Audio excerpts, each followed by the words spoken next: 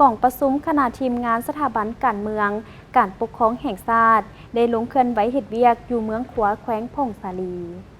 คณะทีมงานสถาบันการเมืองการปกครองแห่งชาติได้ลงเคลื่อนไหวเฮ็ดเวียกอยู่เมืองขัวแขวงพงสาลีนำทีมงานโดยทานปริญญาโทนางคำลาแก้วอุ่นคำรองสถาบันการเมืองการปกครองแห่งชาติพร้อมด้วยคณะเข้าร่วมโดยทานคำไลสุทธิพร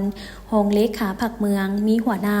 รองหัวหน้าองค์การภาคส่วนที่เกี่ยวข้องเข้าร่วมในโอกาสที่คณะทีมงานสถาบันการเมืองการปกครองแห่งชาติได้ลงเคลื่อนไหวเฮ็ดเวียกอยู่ขันเมือง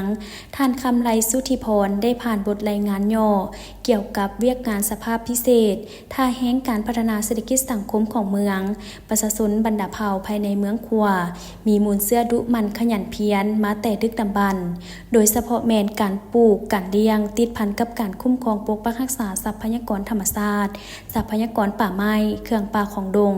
เป็นต้นแมนการปลูกหมักแนงหมักคาอย่างพาราซ้าหมักสาลีหมักเดือยดอกแคมย้านข่าวหน่อไม้เก็บเครื่องป่าของดง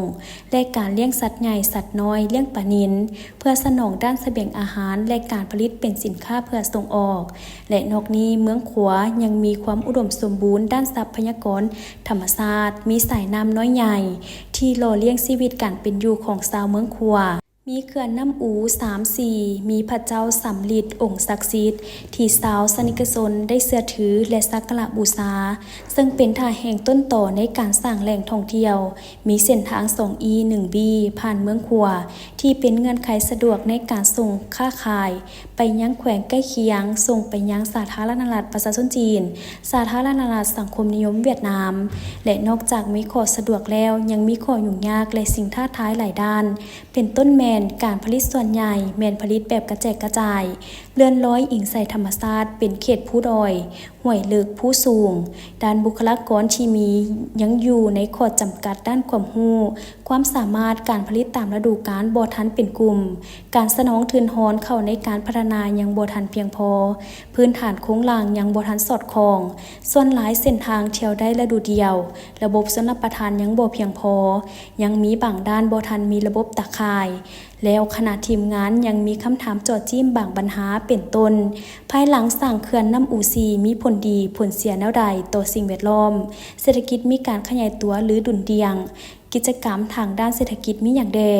การท่องเที่ยวภายในเมืองเพิ่มขึ้นหรือลดลงแขนงการท่องเที่ยวมีการวางแผนสร้างแหล่งท่องเที่ยวเพิ่มและปัญหาอื่นๆแล้วทางภาคส่วนที่เกี่ยวข้องขันเมืองก็ได้ตอบคำถามเจาะจิ้มดังกล่าวอย่างกงไปกงมาเพื่อแลกเปลี่ยนบทเรียนซึ่งกันและกันแบบสร้างสรรค์เพื่อให้ข้อมูลครบถ้วนภายหลังสำเร็จกล่องประชุมคณะทีมงานสถาบันและคณะทีมงานขันเมืองยังลงเคลื่อนไหวเฮ็ดเวียกอยู่ที่บ้านห้วยลีกกลุ่มห้วยแอนโดยการเสื่อมเสริญเลขาภาคในบ้านแต่ละบ้านในทั่วกลุ่มมาเต้าโฮมแล้วสัมภาษณ์เพื่อเอาข้อมูลด้านพื้นฐานโครงล่างภายหลังการสร้างเขื่อนไฟฟ้าพร้อมทางแจกแบบฟอร์มให้แต่ละครัวเรือนสนองข้อมูลเงื่อนไขข้อสะดวกและข้อยุ่งยากทางด้านชีวิตการเป็นอยู่ของพ่อแม่ประชาชนเศรษฐกิจครอบครัวมีการขยายตัวหรือลดลงย้อนสาเหตุใดภายหลังสำเร็จการเต้าโฮมสัมภาษณ์และเก็บกำข้อมูลแล้วทางคณะทีมงานขันศูนย์กลางและขันเมืองก็กล่าวแสดงความขอบใจมายังองค์การจัดตั้งบ้านและพ่อแม่ประชาชนที่ให้การร่วมมืออำนวยความสะดวกพร้อมทั้งสนองข้อมูลสำเร็จตามจุดประสงค์และระดับคาดหมาย